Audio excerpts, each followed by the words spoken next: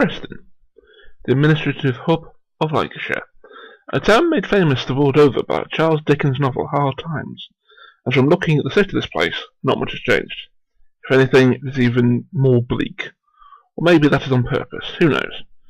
While the town in many ways has moved on since then, that does not mean it has got any better. We start this journey like many people at the train station, a building that is a major hub for both the West Coast Main Line and a hub for the UK's worst train company, Northern Rail. The building only has one wall technically, which means that you should be allowed to smoke here without getting prosecuted. It also makes the place nothing more than a glorified bus stop, but with the trains instead of buses.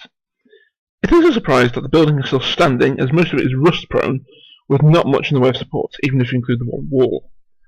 The station is woefully inadequate for the number of people that use the station every day. Take the footbridge, for example, which is 1/3 the minimum size it needs to be. The simple fact that it's still there and not collapsed yet is a sheer mystery. Preston also has the only working heritage railway in the UK, working as in it is used every day.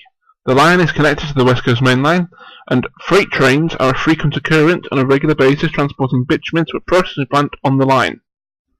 You'd think that bitumen will be transported by the road, surely? I mean, it's used on the roads, isn't it?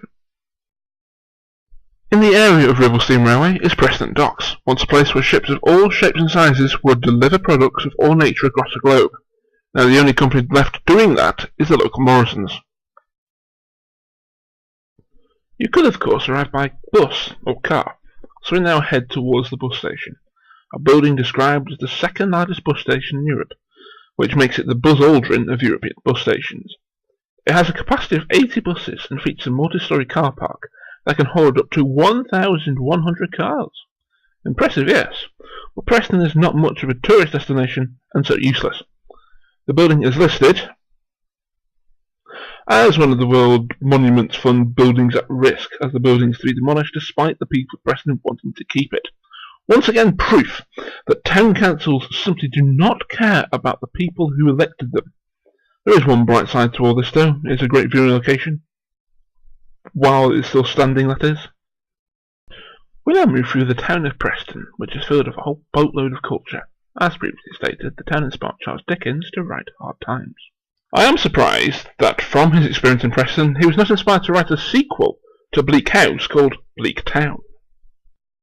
Preston is also home to the Preston Guild, an event which takes place every 20 years, with the last one taking place in 2012. So if you missed it, not long to wait until the next one. The town of Preston is also famous for possibly being the only place in the UK to have absolutely no arts funding. However, on the more positive side, the town of Preston is featured in a series of books by local author Joseph Delaney called The Waterstone Chronicles, which I suggest you read, because they are incredible and not as bleak as Hard Times. Just be careful though, because according to the second book of the series, The Spook's Curse, there is apparently a monster on the loose underneath the city. Another point of mention is that according to the book, there was once a race of tiny people who used to live with the creature underneath the city. While they may appear to no longer exist, if you look at the doors in the University of Central Lancashire's so-called Media Factory, you may find evidence that contradicts that idea. Speaking of the Media Factory, bizarrely, the building lifts offer a choice of 9 separate floors to choose from, in a 4-storey building. You may begin to think that Preston is not worth bothering with, and indeed it's not. That is, until you look into the sky of Preston, where you will see many tall buildings. Buildings like this office building, and this thing that makes me think of a pepper pot. These other high-rise offices, this block of flats, this lamppost, as well as this one, of which may look bizarre in a modern city. It is Church of St. Wilburg, and holds the record for the tallest spire of any parish church in England. The church is located on Weston Street. To me, a surprise for a place like Preston. About 10-15 minutes walk perhaps, from all the busy traffic and loud noises, there is a small village. Well, I say village, it is still part of the town, but it has an atmosphere like that of any small community. Green spaces and open streets with enough room to properly stretch your legs. I even made friends with this cat. The area is just sitting next to one of the UK's busiest railway lines. But does that bother them? Not from what I could see.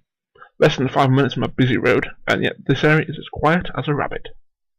When I set out on this journey, I was expecting to find one of the worst places in the UK, and I did.